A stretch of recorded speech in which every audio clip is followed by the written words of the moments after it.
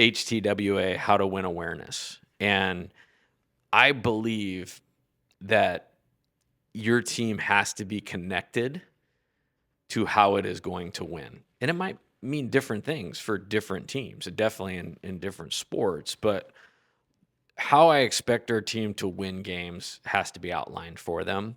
Mhm. And then how we train and prepare both individually and collectively as a team has to be it has to be geared towards those things that you expect them to do in the game to drive winning. And that's what we call our process of winning. Welcome to the Captains and Coaches Podcast. We explore the art and science of leadership through the lens of athletics and beyond. I'm your host, Tex McQuilkin, and today we are calling Baton Rouge to sit down with one of college baseball's elite coaches, Coach Jay Johnson from Louisiana State University, a two-time national champion who's built something special in Louisiana. Coach Johnson's journey from player to coach at his alma mater to leading programs at Nevada, Arizona, and now LSU is a masterclass in leadership development. Shout out to Logan Gelbert for connecting us today. Love you, buddy. In this conversation, we dive into the transition from teammate and captain to coach, what it takes to build a championship culture, his philosophy on person development over just wins, and how he's carrying forward the legacy of LSU's legendary Skip Bertman. From how to win awareness to building teams around toughness and togetherness, Coach Johnson shares the frameworks that have led to building a championship culture. With that, let's throw it out to Coach Johnson, who helps us raise the game. Ready, and great. Like these recruit-ready chairs. Yeah, that's right. Yes. All right, action. Welcome to Louisiana State University. Sitting down with Jay Johnson, two-time national champion, highest level, and shout out Logan Gelbrick, former athlete at Jay's, to connect us. So get that out of the way. Logan's the man. Yes, yeah, Deuce Gym out of Venice Beach.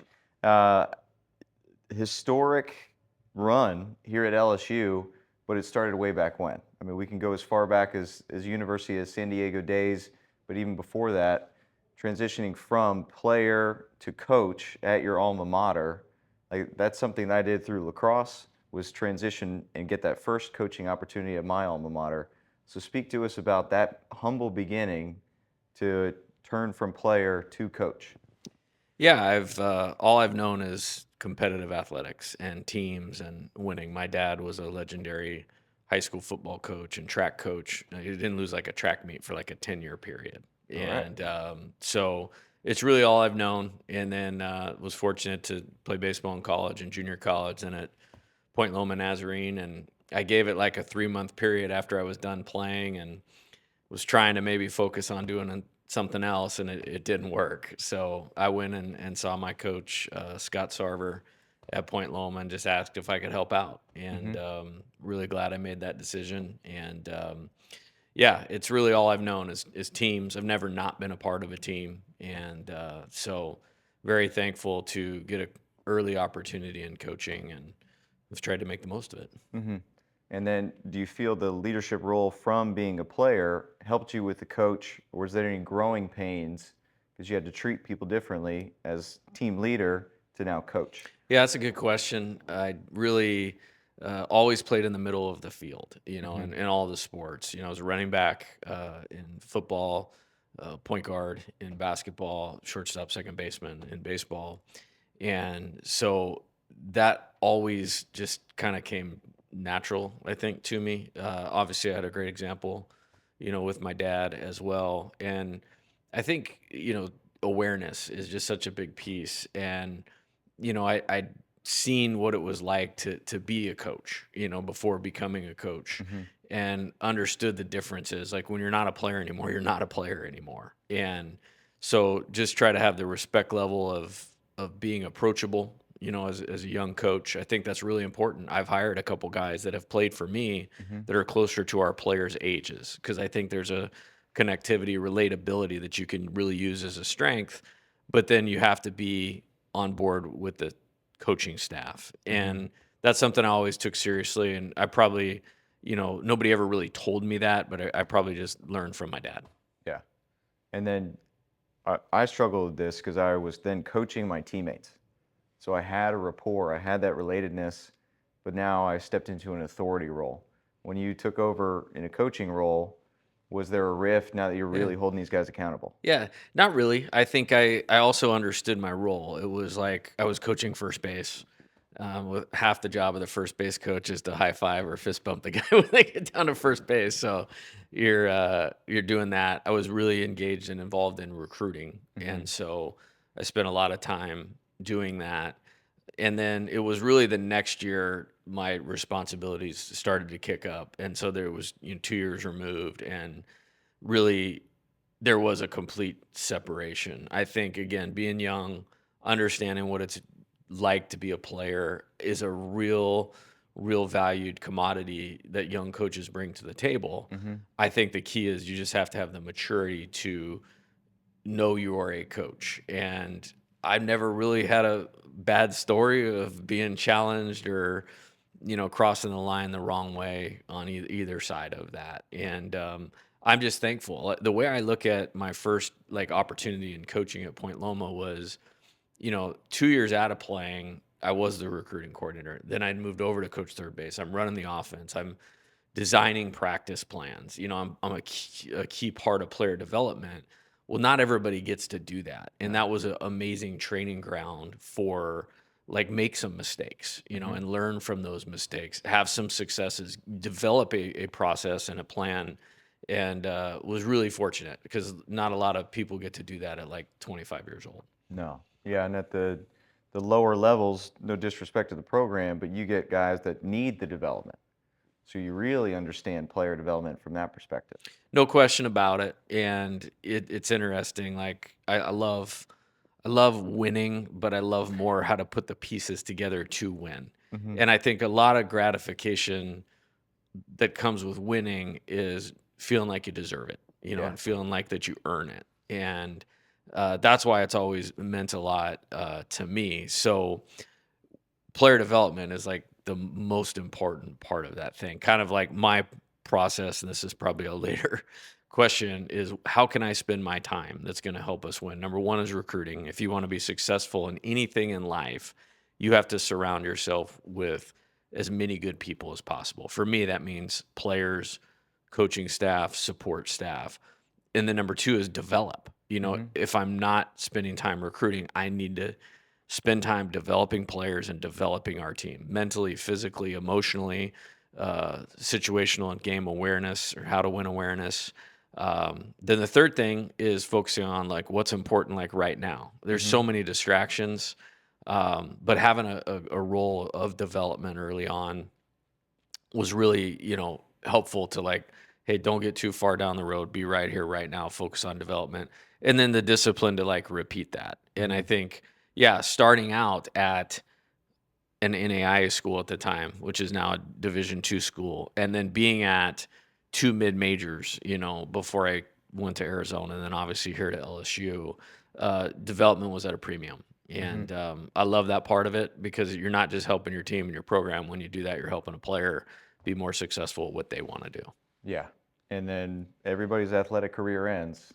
So what tools can you hand off that then are force multipliers for the workforce as well? Yeah, no doubt. And I think any like say CEO of like a company, they can teach people usually to do the skills of the job, if you Hmm. will. But I think they love probably hiring athletes because of the time management, the self-discipline, the doing things sometimes you don't always want to do because they don't feel good, Hmm. which is against human nature. Um, all the skills that you learn as part of being as part of a successful organization are definitely transferable. And it's been really cool to watch a bunch of my former players, even back to that time, that are close to my age, have like rock star type lives, like Hmm. Logan, for example. Um, and I think to know you were a part of some of that is really cool. Yeah. Yeah. Logan is a rock star. I want to stick with NCAA success because you then stepped into head coaching roles. So from USD into head coaching roles, were you ready to be a head coach, do you feel at that time? Was it an appropriate jump or you shot for the stars?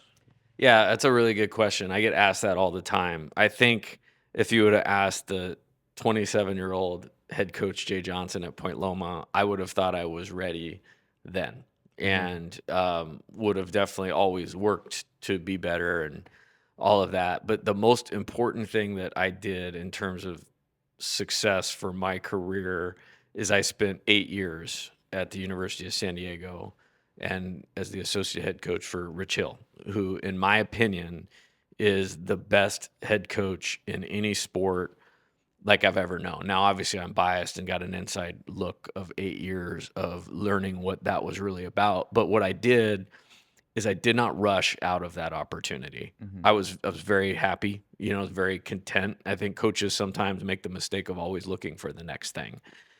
It was a training ground of how to recruit at the highest level, how to really learning how to sell, at a mid-major and trying to beat what are now Power 5 schools for the same players because we were trying to go to Omaha Yeah. and go to the College World Series. And I mean, to get to the NCAA tournament 6 times in an 8-year period at a school like that, to win 4 conference championships is something I'll always be proud of. We had great wins, over Texas, over Vanderbilt, like the best programs in the entire country. And there was a lot to be proud of, in what we did there. But I think the reason I felt like I was ready is because I did not leave until I knew it was the right opportunity and that I was prepared to do it. And again, working for Coach Hill was the best of both worlds of like the autonomy, the respect to like really do my job to create like my own ownership, in the Hmm. program at the same time every day until the day I walked out the door, literally packing my office. He was teaching me something that became very valuable. And, we still talk at least once a week, about both of our teams. He's now the head coach at Hawaii. And probably outside of my dad, and then along with my college coach, Scott Sarver, probably the most important relationship I've had in my entire life. Hmm. Yeah, that mentorship does go a long way. That's why I love the relationship between team leader, team captain, and head coach. It's just such a valuable relationship that you take into the next phases, whether it's still coaching or just into manhood and life. Um, so now taking what was Rich Hill's program that you were a big part of into starting your own program. So was Nevada the next step? Yeah, University of Nevada. Yeah, it was only 2 years, but easily two of the most enjoyable years I've ever had in my entire life, and in coaching. Hmm.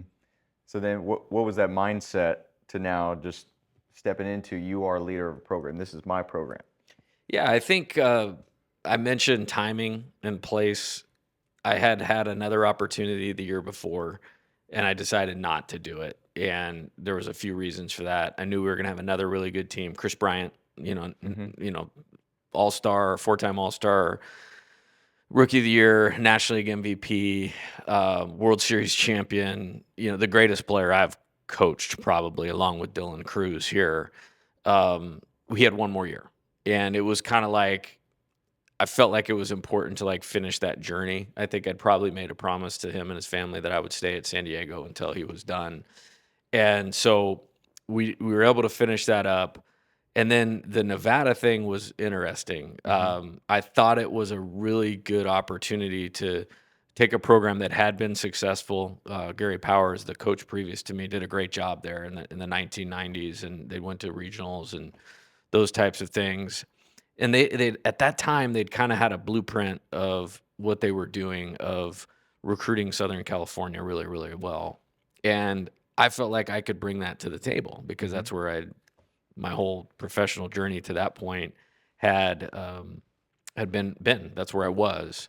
And then it was also only 2.5 hours from where I grew up in Yeah. Northern California. And so my family was like elated, you know what I mean, that they could be a part of this journey. And it was my first Division 1 head coaching job. And then University of Nevada's in Reno, Nevada. Actually, is a really sneak good college town, and because of some of the success that they'd had, let's say a decade plus before, there was some interest in the baseball program, Hmm. and it just needed to be rebooted a little bit. And there was just a lot of things that were a good fit about it. And then really it was just dive in and go, Yeah. not worry about the challenges, not worry about the limitations of mid-major, not exactly the best baseball weather, all of those things, but highlight the things that, the program had as strengths connected to maybe what I thought my strengths were, and a ton of enthusiasm for, it's your first Division I head coaching job, Hmm. and just poured everything into it. I mean, it was really like I probably would not have left if it wasn't for a perfect opportunity at Arizona. I love my time at Nevada. Very proud of those players. We won the first Mountain West Conference championship in any sport, Nice. in baseball there in 2015. Yeah. And then speaking of Arizona, I know you had a historic run, finishing runner-up in the World Series. So were the pieces in place there, and they just needed the right man at the helm? Man, that's a really another like life. I've been very blessed, like timing and people like like no intention of leaving Nevada. I honestly have told people this. Had I stayed at Nevada one more year in 2016, I believe that team could have also gone to the College World Series. There's numerous players from that team or would have been on that team that have made it to the major leagues. Hmm.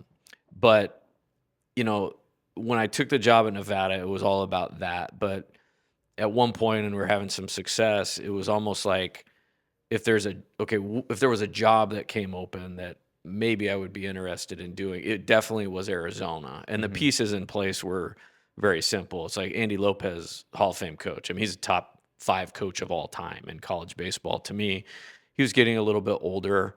And then again, how would you build a program like Arizona up or back up the recruiting in Southern California? Um, and then that eventually, there was a goal to jump to like a Power 5, school or job, and then it came open on the heels of us winning that championship. Hmm. And so then it was like looking at, man, I'm gonna leave a really good team behind in a situation where I'm really happy. And that's been a unique thing about all these 4 moves I've made. I've never really wanted to leave, and I think that's a sign of, being around good people, like I mentioned. But when I looked at it, they had not made the NCAA tournament in the previous 3 seasons. Um, I did do a quick look at the roster and felt like there was maybe some players that could play better Hmm. than maybe they had to that point in their career. And sometimes change helps everybody, coaches, players, and I don't know anything about that because, like I said, Coach Lopez is one of the best coaches of all time in this sport. But I do feel like my assessment of where the program was with, guys like Bobby Dahlbeck, who's been a big leaguer, JJ Matajevic was a big leaguer. 2 guys named Cody Raymer and Zach Gibbons. They were actually 1 and 2 in the country that next year in hits.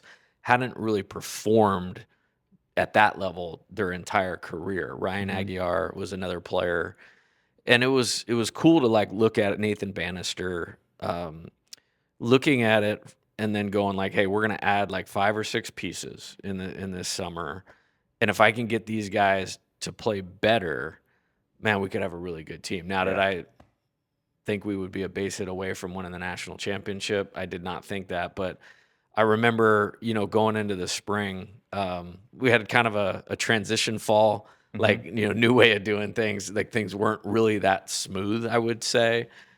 And then we came back and we were preparing for the season and the weather's great and all those types of things. And I remember talking to Dave Lawn, our pitching coach, and I go, hey, like, I know nobody thinks we're going to be any good. We were actually finished 10th out of 11 in the Pac 12, like 10th out of 11 in our own Wow. conference. I'm like, I think we got a pretty good team right here. And he's like, I think so too. And so what a journey. I mean, Yeah. it's still like, um, 1 base hit away from winning the national championship, that will always eat at me for the rest of eternity. But nothing but smiles, happiness, pride, and thinking what we did there in 2016 in Arizona. Timeout. Coach, have you ever felt like your athletes shut down, tune out, or just too cool for coaching? You want them to listen, you shake them. You know this attitude and approach that they're taking with their training or their practice in front of you is not going to lead to success on the field or off the field later in life, and you have to change it. Athletes today are operating on a different internal system, and we need to course correct on how our approach is going to land with them. And that's why I wrote the new course, Why They Won't Listen, Coaching Today's Athletes. If you want to learn more, head to listen.captainsandcoaches.com for this online course. If you want the first lesson free, see how I break down and combine whiteboard lecture and practical demos, movement-based lessons, so that you can bring them to your practice and your training environments. Again, head to listen.captainsandcoaches.com to learn more and get that free lesson. And now, back to the show. Ready, and break. And what's your approach where you see the potential with these guys, but getting them to believe it? Because they know they're athletic, they've probably been told that the entire lives, but then they were not successful for 1, 2, 3 years, and they may believe the hype. So now how do you get them to believe in themselves again? Yeah, I think a couple things, and I think this goes for players and teams. Like the pathway to success, like, has to be outlined, and you have to have marks along the way, and you have to validate it when those marks are hit, so you can build the next thing. And I think if I was to look back at that specific situation, the fall, like I said, was not comfortable or easy, and it was a completely different way of doing things and operating. And then when we got to the season, we went to Rice to open up, and I think they were a preseason top 10 team in the Okay. country, really good pitching staff. And opening night, we beat them like 8-1. And I mean, there's the energy in that dugout was amazing. And At then Rice? at Rice, and for us, and I think there was a lot of confidence. Like, that will be a night I'll never forget the rest of my life, because at that time I used to coach third base and just how the team played in the game. And then the next day, we were in a 2-2 game in the eighth inning. And ironically, the previous Saturday night, we were scrimmaging, and it's kind of getting to that time, like, man, we need to get to the season. We need to play somebody else. I literally like pulled them up to try to finish the inter squad at a high level and go, hey, next Saturday, we're going to be in a 2-2 game in the eighth inning. And like, I want you to compete. Like, this is next Saturday night, and we're going to be prepared to win that game. And then we put together like one of the best offensive innings of my entire coaching career. I won't get into the details of how it all unfolded, and ended up winning 6-2. And then so now you've won a series against a top 10 team on the road. I think that really like built so much confidence in our team. And so if you can give them marks along the way, you can outline what success is going to look like, and then all of your preparation being lined up to hit those marks, then they start believing in a process of Yeah. winning. And that's something I think we definitely did a good job of there, and have really tried to do a good job of here, obviously. Nice. Well, now that we're to the LSU road, I mean, 2 championships within 3 years here, and that's the first time that's ever been done, or 2 in 4 years. Set some record as a coach, which is an accomplishment. Yeah, and those were won in 2 different fashions. One a blowout, and then this 2025 in just a moment to clinch it. So I'd love to explore just the emotional roller coasters, the difference of those wins. Yeah. Yeah, great question. Everybody asks me about Omaha all the time. And it's like, the first thing I say is, like, when you hold something in high regard, like of what it will be like when you're there, sometimes it lets you down. Like, I've held Omaha in high regard my whole life and been lucky to be there 4 times now, and it blows it out of the water how awesome it actually is. But there is a unique part about it as a coach, or is like, I am working the entire time we are there. Mhm. And so it's kind of like this, you're not ever really looking up at where you're at and what you're doing type deal. But the 2 different experiences. So we're playing Florida, who's a great team. I mean, I had big leaguers all over that team. We had big leaguers on our team. We had beaten a great Wake Forest team in the semis. Rhett Lauder, another big leaguer already. Like, the talent in that, we'd beaten Tennessee twice. I mean, the talent in that College World Series was like, well, this is like a next level deal. And so we have this dramatic win in the semis. Tommy White hits a walk-off home run, sends us to the finals. but we'd come through the losers bracket, and Florida had been sitting there for a couple days and hadn't played. So we're getting ready for game one. Mhm. And then we're trying to line up how we're going to win 2 out of 3. And it's like, hey, guys, we have to win game one. Like we're in trouble in game two because the games that we had played was finally going to catch up to us from like a pitching standpoint. But we're throwing Ty Floyd, one of our starters, in game one. And so we win an extra inning game 4-3. And I mean, Cade Beloso, homer in the 11th inning. Riley Cooper comes in, throws 3 great innings out of the pen. That game kind of gets forgotten about because this Wake Forest game was like an epic game. But then we're looking at the next day, and I don't know if I'd already programmed myself. Like I actually got sick between games 1 and game 2, and we got beat 24-4 in game 2, and it was like they put it on us. Like, and then so it was such like a demonstrative win. Uh-huh. Everybody always wants to know like what I'd said to the team, I and just wrote that note. What was the pregame yeah. speech? So after the game, we went back into the locker room. It was like a hot day, and I just said, "Hey, think about what we said we wanted to accomplish on January 15th in our goals meeting for the year." And I said, if I told you we'd be standing here with this team 9 innings away from winning a national championship, we would all sign up for that. I don't even have to ask you the question. I know we all would have signed up for that. So let's put this off of us. Let's go back to the hotel. We need to get some rest because we'd literally played like 6 games in 7 days, something like that. And let's do what we do tomorrow and prepare, and let's go win the national championship tomorrow. And literally, we went to the press conference after that, and Dylan Cruz, who was, I mean, as good a college baseball player as I've ever seen, is just said to the media, it's like we're past this. We'll be ready to roll tomorrow. And he said it with such confidence. It was like, yeah, this will be all right. And then it's just going to come down to who plays better. And when it just comes down to how you play and not anything else, there's a lot of peace of mind and freedom in that. And that game 3, one game for the finals. I've never had a team play better in any baseball game my entire career, and it was amazing. And while that game's going on, it's like I still didn't want to look up. Like I hadn't even let myself go. Like we're gonna win the national championship. And we scored 4 runs in the top of the 9th inning to make it like 18-4. And it was great. I mean, these guys are all coming up for their last at bat in college. I mean, they are just driving the ball, and it was just this great. But I hadn't even like, okay, we're 3 outs away from winning. And then in it was like the first pitch at the bottom of the 9th, Jordan Thompson, our shortstop, makes this unbelievable play for the first out. And then like, whoa, like it hit me, like we did it. We won the national championship. And I mean, I literally started tearing up in the dugout, and it's like, a lifelong like dream.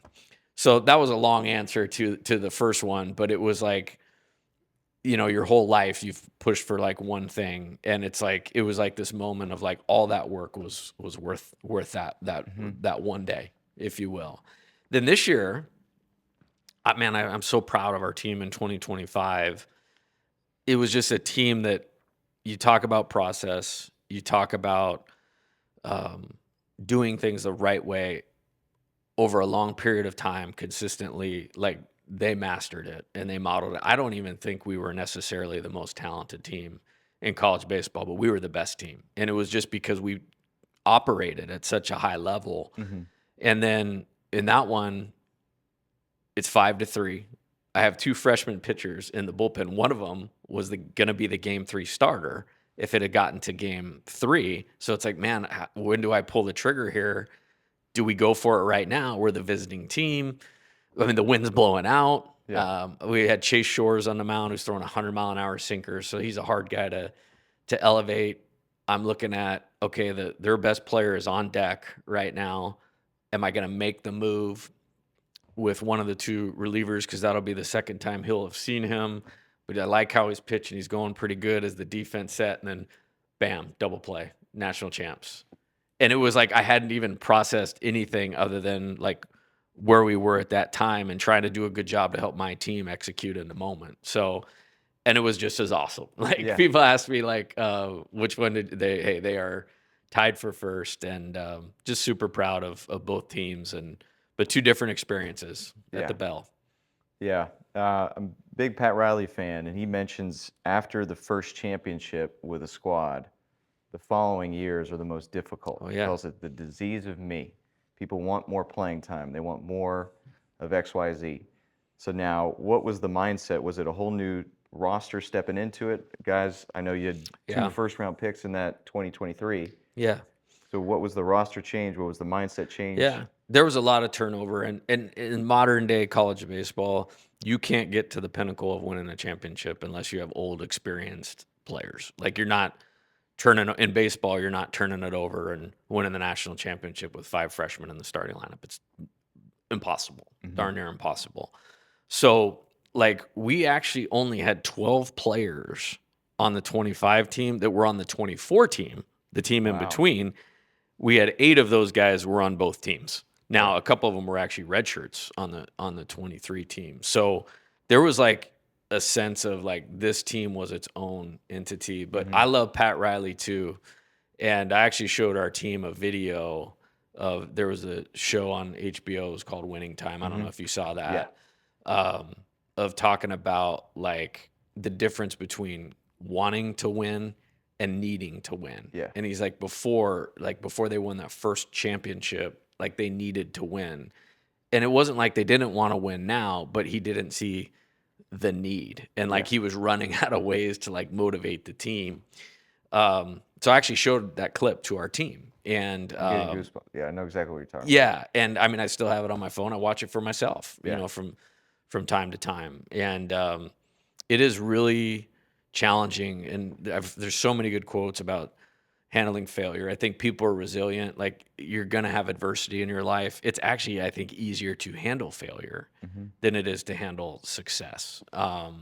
And I actually this year was reading some article about Theo Epstein when he was with the Red Sox, and he talked about why is it so hard to sustain success, and so he called Bill Belichick when he was coach Yeah. of the Patriots at the time, and he said the first thing that Bill Belichick told him is you're screwed now, and I was like, oh, I can't wait to read more about this, and he goes, the problem that you'll have is when you ascend to like a certain level, people will be afraid to like tell you the truth. Mhm. And so like I immediately like brought this to my staff's attention. It's like, hey, we all have to tell each other the truth. Like our desire to constantly make our team and our players better is the reason we're in this place in the first place. So we're definitely not going to get full or high on ourselves or think we're somebody. Like we're going to keep working and we have to tell each other the truth. The second part I thought was really interesting too is like when you get to a certain point, everybody starts wanting the credit for being good. And it's like, I have a great coaching staff. I don't think any of them fit into that mold at all. And so we've talked about like, to me, none of that like matters. You Mhm. know, I want to play in Omaha, no matter who contributed what to us playing in Omaha. So we address that part of it. And then there's a last piece with the players that is Mhm. really, really important because, you know, players come to LSU, yeah, they want to win a national title, but they want to go to Major League Baseball also. Yeah. So you have to fight this human nature desire to now that we won ours, I'm going to go get mine. Like that can't be a part of the thought process. And if it is, you're in real trouble. And Mhm. so I think we try to be out ahead of, you know, the problems. Like I had a former staff member that would always say, if you can predict something, you can prevent it. Yeah. And so like those 3 areas we're trying to constantly be out in front of so you don't get that disease of me, you know, that's kind of the last piece I was talking about, or you don't fall into, you know, the complacency, you know, Yeah. Nick Saban, what is the biggest threat to excellence is complacency. And I try to revert all the way back to something I'd already said. The reason winning it feels so good is because when you know you've put everything in to try to get to that point. Mhm. Man, I love it. And I want to get to 2025's team. The motto was tough and together. So my question for you is, do you allow the team to come up with the mottos? Do you, as a coaching staff, instill it? What's the process for finding that nature Yeah, each year? that's a real good question. And I will tell you this, we don't always have one because I think if you try to force it, it does not work. It's Mhm. cheesy, it's corny. If I'd rather have nothing than something that people are not buying into. Yeah. So last year I like it when the team comes up with them. I actually did that one myself last year, and I only bring that up. It was like I looked at 2024, which was a very successful season. Also, we lost in regional final at North Carolina to a great team where we had the lead in the ninth inning, and they ended up beating us in 11 innings. And I tried to look back and go like, okay, where were we a little short, from being the national champion in 2024? And I felt like there was a little bit of toughness and then a togetherness piece. Now, a lot of it really had to do with you were just losing so many great players and leaders from the 23 team. Mhm. Goes back to surrounding yourself with all the right people. But we just made a conscious effort last year. We were going to elevate our toughness and then elevate our togetherness. So from day one, that was kind of our thing in the thought of team over me. So you have to define things that you're trying Mhm. to put out there. So what is toughness? And to us, toughness is just being able to focus on your job regardless of circumstances. Like you're not going to be in comfortable and perfect situations in baseball, in athletics, in competition all of the time, no matter how good you are. And so, could we really hardwire our team to be so mentally tough that no matter what was going on, they could focus on right here, right now, what is my job? And Mhm. they were the best I have ever seen at that. And I think it reared its head in some of the most iconic games of last year's season involved LSU a lot. And it was us coming through in clutch moments because they had the ability to do that. Mhm. And some of it was just maturity. Some players needed another year under their belt to be able to do that. And then togetherness. And we have a saying here is that LSU baseball, meaning whoever is saying that, coaches, players, I will always place the needs of the team above my own. And I've found if you don't take time teaching players the value of being a great teammate and how to do it, they won't be able to do it because the society that we're all involved in now is very me, Mhm. very what can I get? And I don't think there's anything wrong with our players wanting to be big leaguers or wanting to be the best hitter or the best pitcher at LSU baseball. That competitors are wired that way, but doing it in a mature fashion where it always comes back to the team and the thought of big team and small me. And ironically, like I was out in California recruiting. I mean, I'm there every August, but the previous August and the Saints, so they're right down the road, were doing their Mhm. training camp out there, and that was their motto for the year. And I started thinking about that, and I'd already kind of had my head around the tough and together piece, and what a way to define together Yeah. was team over me. Yeah, I love it. And another phrase I came upon listening to a couple of interviews from you was how to win awareness. And that just blew my mind. Certain things in coaching I just glob onto, like the disease of me. So well-experienced coaches, they've been through it. It's a lesson that I can hand off to the athletes I'm working with. And this is one that I want to dissect. So what is how to win awareness?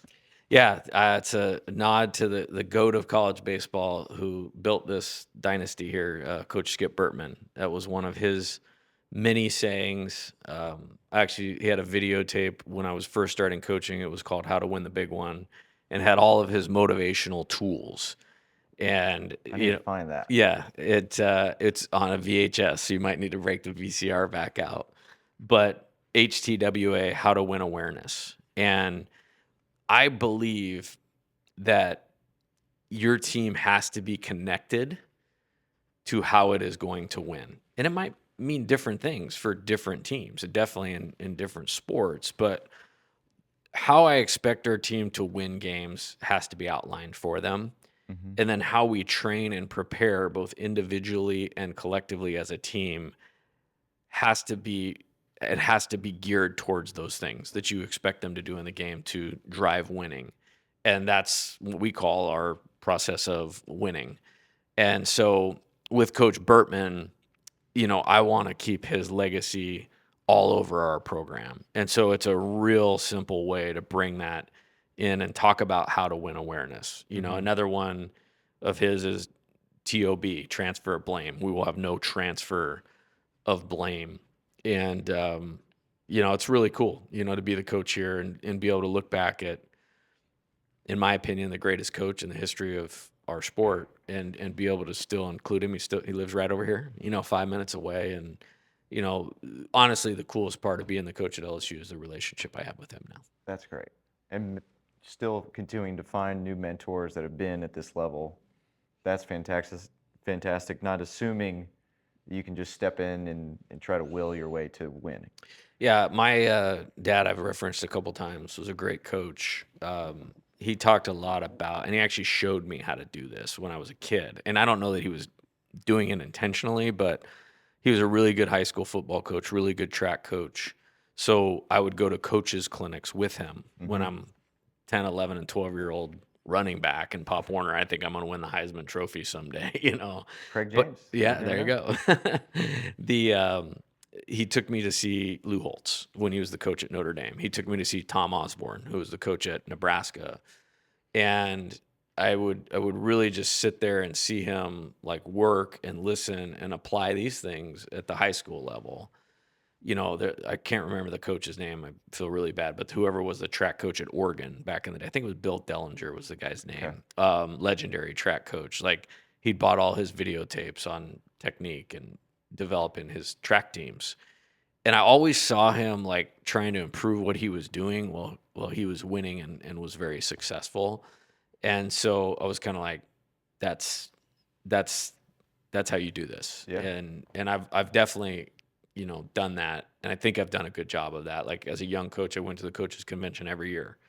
And I mean, literally sit there and try to take pieces of, what the best coaches were doing and apply it to what we're doing. A couple like examples of he's retired now, but Brian Shoup, he was the coach at Birmingham Southern, Alabama, Birmingham. The very first coaching convention I went to, he gave a talk on like offensive baseball. And I'm like, this is like the greatest things I've ever heard. Like I couldn't write fast enough. Mm-hmm. And actually got on the phone with him after that and made this is how we're going to play offensive baseball at Point Loma Yeah. Nazarene. And very impactful. Or, Dan Hefner, who actually I coach against all the time now at Dallas Baptist. I mean, just unbelievable program.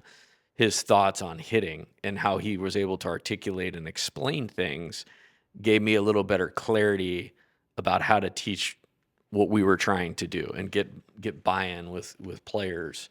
And so I'm always like trying to do that. And what's awesome about being here and being on this stage is I've actually got some good access to coaches and people like I never would have remotely thought possible, and have developed some good relationships that have helped me, continue to do that.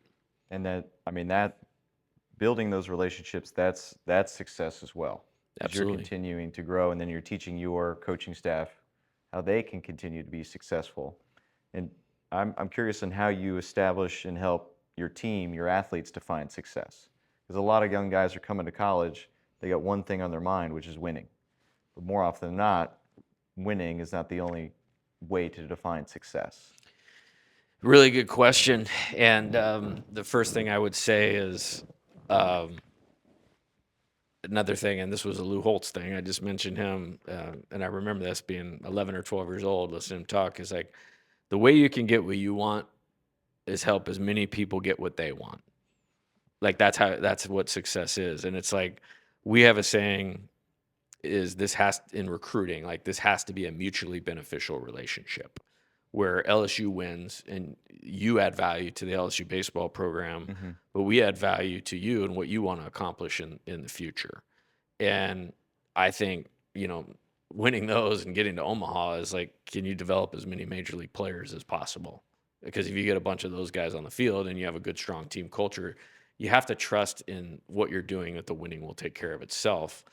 But when we start out, a lot of it is individual development. That could be weight room, Mm-hmm. that could be mental game, certainly, improving baseball tools, but also improving baseball skill to win. And so we try to develop all those things for all the players. And I think some of the coolest parts of the success here is guys that emerged to the front that weren't always at the front when they got here Mm-hmm. and really improved throughout their time. And so success for maybe a freshman on the 23 team might have been a role player might have been a great teammate in the dugout. A guy named Ethan Fry really comes to mind when I think about that. This guy's as talented as anybody. He only got 27 at bats on that team. And then his sophomore year, he got hurt when it really limited what he could do. Well, last year, he's batting in the 2-hole, signs for $1 million with the Astros, front and center. Probably the best player on our team at the end of the year last year. Perfect example of what I'm talking about. And then, like, somebody that stayed with it, stayed with the team concept, had the maturity to do that, kept working, kept improving, and found success, that way. I mean, there's other guys, and it's cool being in Louisiana. Is if you're a really good player out here, the state, this community is going to take care of you. Like, we have guys that haven't gone on to pro baseball that I would just say have pretty good first jobs. There you go. Yeah. That's successful. You're Yes. entering into this network, Yeah. this family. Um, I I love your aspect for adversity, where you're analyzing how the team responds to the first loss. So does that change every year? Was there a year in coaching where it clicked for you of how they responded to the first loss determine the rest of the season? I don't know if I could even go back and articulate that. I do have a good story about last year with that, though. We hadn't played yet, and a lot of our pro players train here in the off season. And so Dylan Cruz and I were standing out in the outfield. This is the day before he was going to go back to spring training, and I'm talking about his year and setting up and all those things. And then he's talking to me about the team and just kind of a last powwow before he heads out and goes and does his deal. And he basically asked me what I think. I was like, I think we'll have a pretty good team. It's the SEC. I don't get too excited about anything. You have to earn every win that you get. Um, and he goes, you'll know what you have after your first loss. And I just sat there and I listened to that. And we didn't really go much further than that. And I was like, that's a good thought. That's a good opinion. So we win our first 5 games, and then we have to play a doubleheader because of bad weather or whatever the next day coming, and we lose the first game of the doubleheader to Nebraska Omaha. And so I immediately went back to that conversation, and they all respect Dylan. He's an unbelievable player. He works his tail off. He's a phenomenal human being, like the greatest humility you've ever seen. And they know him because he's around here training all the time. Washington Nationals. Yeah, he's going to have a great career. And so I brought the team in the meeting room in between games, and I said, "Hey, I wanted to share this with you. I think this is relevant." I was talking to Dylan, and he had said, "You'll know what you have this year right after the first loss, and how you respond to that." And kind of threw it out there as a challenge to get him motivated for the next game. And we won 12-1. Played really well in the game. It was the first game of a 17-game winning streak. All right. And then I drew one that we finally lost a game. I think it was at Texas, second week of SEC play. I said, "Hey, remember that conversation we had? Like, I don't think you could have responded to adversity any better than you just did. Let's be ready to do it tomorrow, Right. and go for it. But if that's how you're going to handle adversity, you should have all the confidence in the world in what you can do and what this team can do." Man. Awesome. So shout out Cruz for He's- planting this little seed. He's the best. He's the absolute best. I'd love to highlight some of your own expectations of yourself, because I mean you're teaching these guys you see the potential in them, and you know what growth's possible. But that's the challenge of being a leader, being at the helm. How do you continue to see potential and growth for yourself at the top? Yeah, I always look at it as a challenge. And we mentioned Logan Gelbrick a couple times, and I had him come talk to our team at Arizona All right. one time, and he was defining leadership for the players, and he had 2 thoughts on it. He said, real leadership is taking accountability for things that you cannot control. And in coaching, there are a number of things that you cannot control. And I'm not talking about, oh, that's my fault and things coaches do in press conferences and I've got to be better. That's not what I'm talking about. I'm talking about internally, not leaving anything to chance, not passing the buck on an assistant coach, a player, or any of those things. Because if you do that, the players are smart nowadays. They will jump out of the fight if you are not in the fight with them. Yeah. I never wanna have that, but I liked what he said about that of, like, leadership is taking accountability for things that you cannot control, and then he had another quote about leadership that I really liked is, "The leader has to take accountability for the gap between their current reality and what perfect is." Hmm. And there is no perfect probably in baseball, but that really spoke to me. And so it led me back to something that I had learned from Coach Hill that I say to the players all the time is if you're truly aspiring to be better, don't ever accept in winning what you wouldn't accept in losing. So that brings you back to it's all about how you play. Hmm. And if you want to sell, it's about the process of winning to our team. That's what that means. And that's what that's about. Because otherwise you're selling out yourself to just the result. And again, the players are smart. Hmm. They'll read right through that. And so I actually got a boost last year, and we were 31-3 at the time. I think we'd lost the series at Texas. And but I was like, man, it's game 34. I'm actually kind of tired right now.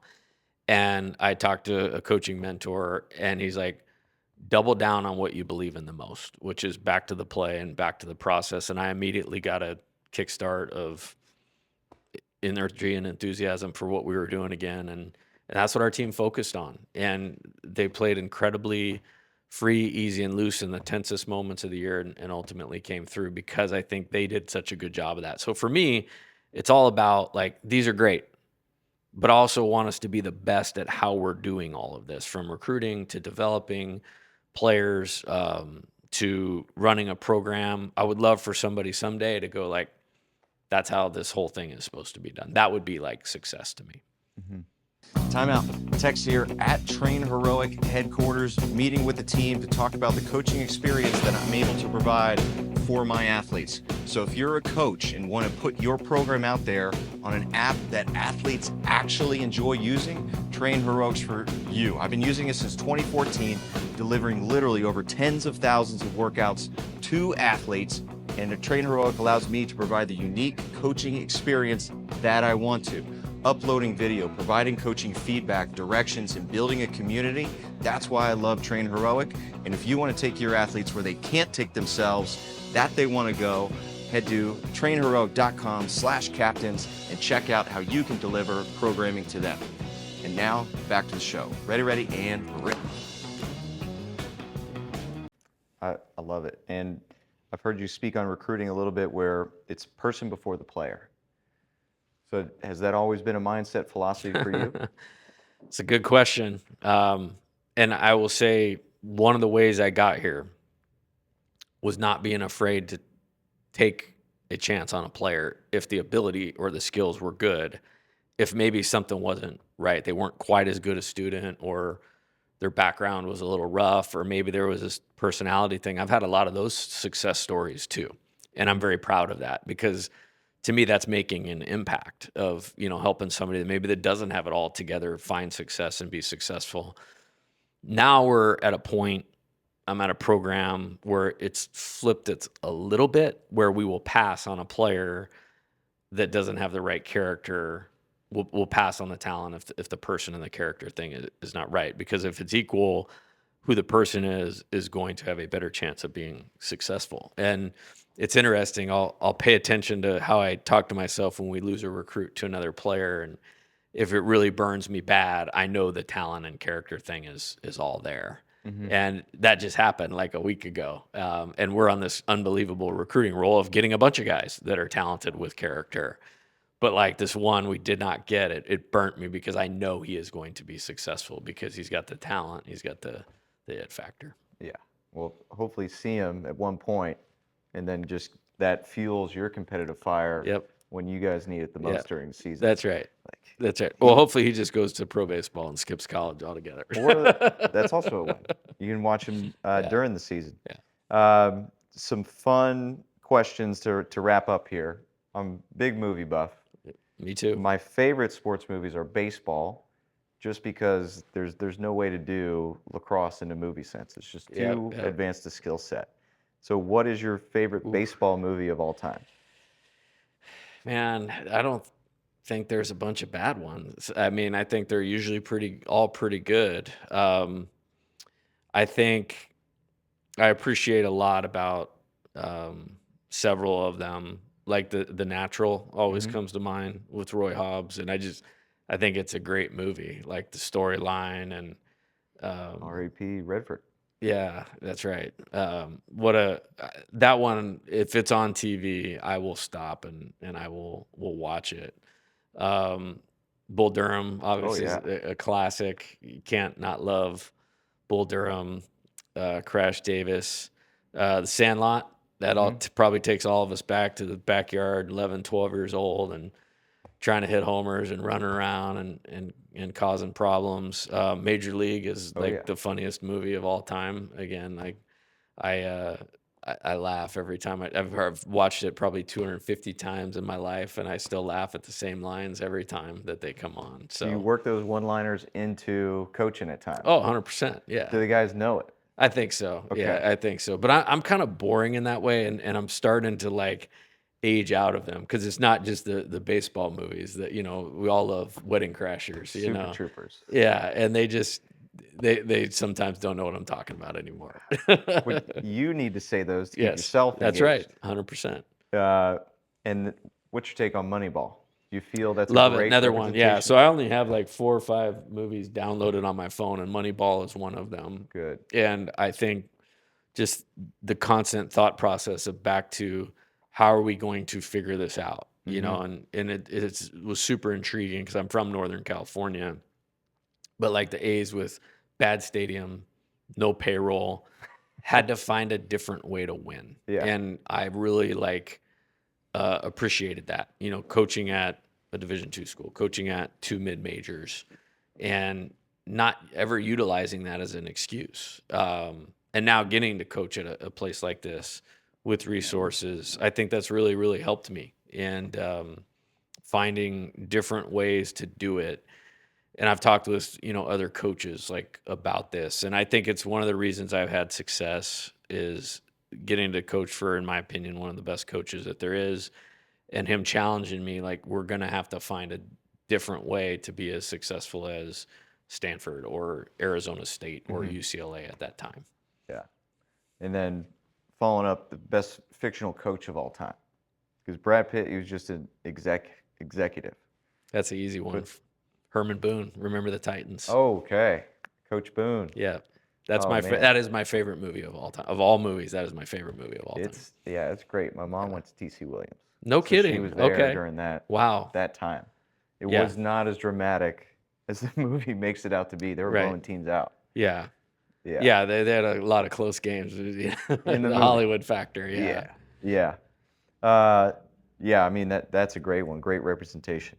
Well, cool, man. This was an awesome experience. I'm grateful. Just flew in just for this. So shout out to Logan and thank you for making the Yeah. time and sharing your insight and wisdom.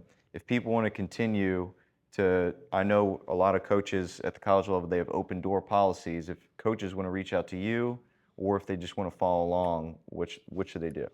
Yeah, I think I'll always take more LSU baseball fans on the bus. Yeah, I think we try to put a lot out there in the normal channels like social media. I think people want to come watch practice. I mean, a lot of our practices are open. The That's cool. community here takes a lot of interest in it. It blew me away the first inter squad game that I coached here. There was like 2,500 people. I think they wanted to see how this new way we were going to do things operated, but try to be accessible as best we can. Hmm. And then, I guess final question. I got a lot of my friends. Their sons are entering into the 13 age Oh yeah, range where college now becomes a possibility. What guidance would you give to those young bucks to find their way into college level yeah. Are we talking baseball? baseball? Okay. I think that the first thing there's 2 key points to this. Number one, this game is really hard. Like there's gonna be failure and setbacks, and I think if there's this thought of perfection or you have to get 3 hits to feel successful when you ride home from the ballpark that day, play another sport or let your kid ride home with someone else because Hmm. the game is not designed that way. It's not designed for overall dominance or individual dominance. There's only one Shohei Ohtani on the planet right now. So having some perspective of what success is, kind of like you said, I think that's so important. Otherwise, you're going to probably drive your kid away from baseball Yeah. because the game's too hard. Secondly, you mentioned college.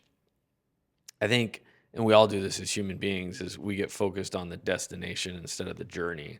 Focus on getting as good as you can right now, whatever that means, like strength, skill, mindset. Like put all of the effort into that. There'll be time to figure out what the future looks like down the road. Okay. Yeah. Understand the travel lacrosse realm, and then the recommendation for moving forward there is to go to the specific school camps so you get relationships with the coaches versus just going to the travel ball tournaments, which can get very expensive.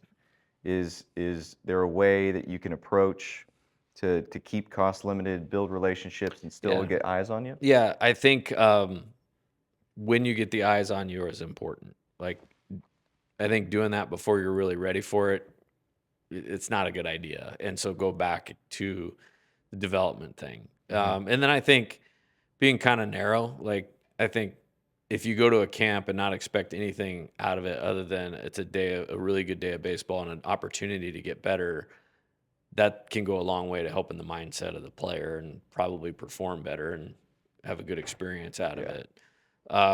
I think playing the sport is important, though. I do. Like, you can't get better at this unless you actually do it. So I think working on your skills, if you truly love it, a lot of people worry about burnout. Well, it's like, well, that's how you'll find out if you truly love it or not, Mhm.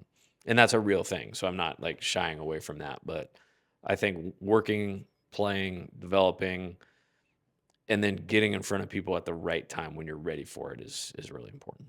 Cool. Awesome. Well, Coach, thank you very much for your time. I appreciate you. Thank Gotta you. give you a handshake. Yes, sir. And just take one last look at the hardware. I All like right. looking at that. Thank you. See you. Thank you for tuning in to another episode of the Captains and Coaches Podcast. If you like what you heard here today, be sure to like, subscribe, rate, and review. If you want more weekly guidance, tips, tricks on building a championship culture, be sure to sign up for our newsletter at newsletter.captainsandcoaches.com. If you're looking to raise your game as a coach, I have online courses available about connecting with the modern athlete and how to lead kids that don't want to be led. For that, head to listen.captainsandcoaches.com. Thank you again for tuning in and helping us raise the game.